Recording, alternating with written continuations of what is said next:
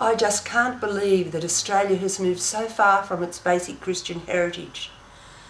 The basic tenet of Christianity is that we should treat others like we want to be treated ourselves. And I think that no Australian would put up with their children and their grandchildren being subjected to such stress and trauma as imprisonment just to teach other people, other vulnerable people, that they shouldn't come to Australia to ask us for our help.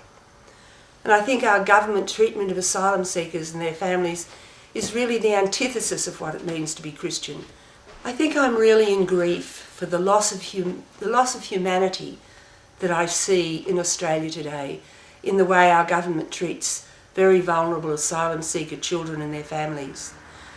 And I think that I'm willing myself to be detained, to stay in solidarity with those people who are detained even though they've done nothing wrong. And I've joined a protest with Love Makes a Way, and this is a group of Christians, and I believe that we need to stand up and say to our fellow Christians, wake up, remember Jesus and what he stood for.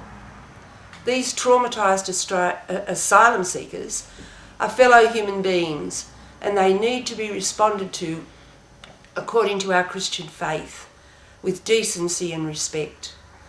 We need to remind our leaders who profess to be Christians to look into their hearts and not to be drawn to treat what is really a humanitarian challenge as something political.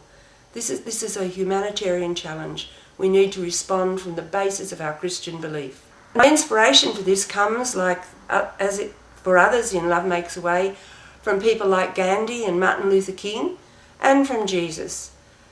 No, we need to be Christian. We need to treat people with decency and respect in the way that we would like them to treat us.